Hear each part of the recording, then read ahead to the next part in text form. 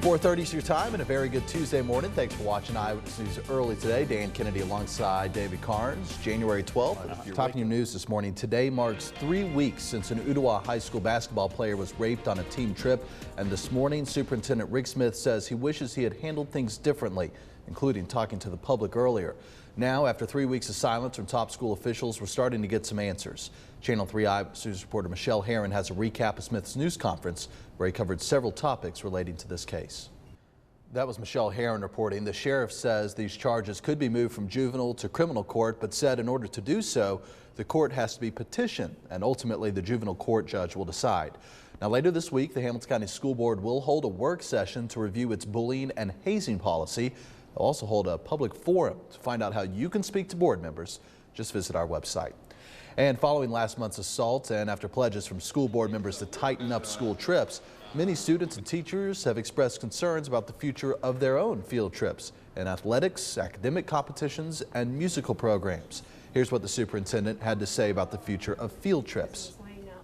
And Smith went on to say the board will be asked to approve several field trips at its monthly meeting next week. He gave no reason to believe there would be any blanket denials of field trips, but certainly gave the impression that rules could be tightened up.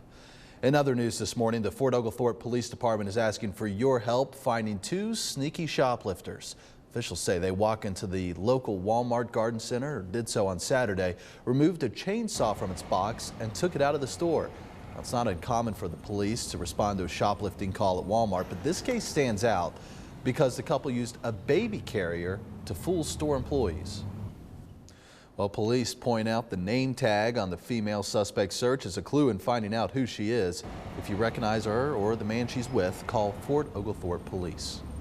The director of a local nonprofit says he's willing to forgive 2 women caught red-handed stealing from donation bins. The sequence of pictures on Facebook showed 2 women at NORTHGATE Mall just helping themselves to a large dresser and mirror and some bags of clothes, but they're all donations intended for Teen Challenge. The person who posted the photos tells Channel 3 he didn't confront the 2 women out of concern for his own safety. The 2 could face theft charges, but the director says he hopes it doesn't go that far. Well, he wants to give the 2 women in these pictures the chance to come forward and do the right thing before he gets police involved. For more information on Teen Challenge and its mission, just visit our website. In school patrol this morning, Lookout Valley Elementary students now have a new reading room. It's one of only 3 like it in the state of Tennessee. It's called the Ben Carson Reading Room, and it's part of the Carson Scholars Fund, founded by Dr. Ben Carson and his wife. The project promotes reading as a key to unlocking a child's full potential. Lookout Valley is the first school in Hamilton County to be a part of this project. And the school's principal and its students are excited to put the reading room to use. A lot. Very well said, Luke. Local businesses helped make that reading room an attractive place for students.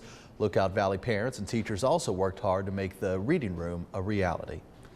All right, it's almost that time. Early voting locations and hours have been set in Hamilton County for the presidential primary in March. Early voting begins Wednesday, February 10th. It ends Tuesday, February 23rd. Since early voting began back in the 90s, the Hamilton County location has always been inside Northgate Mall, but this year it'll be located behind the mall. Keep that in mind, just between the post office and the library. February 1st is the last day to register to vote in that March primary. More details can be found on WRCBTV.com. 4:40 is your time this Tuesday morning. Still to come on Eyewitness News early today.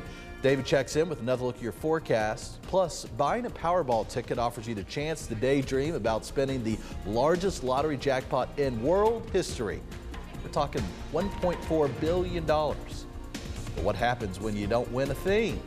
We'll share some facts that might ease some of your disappointment coming up.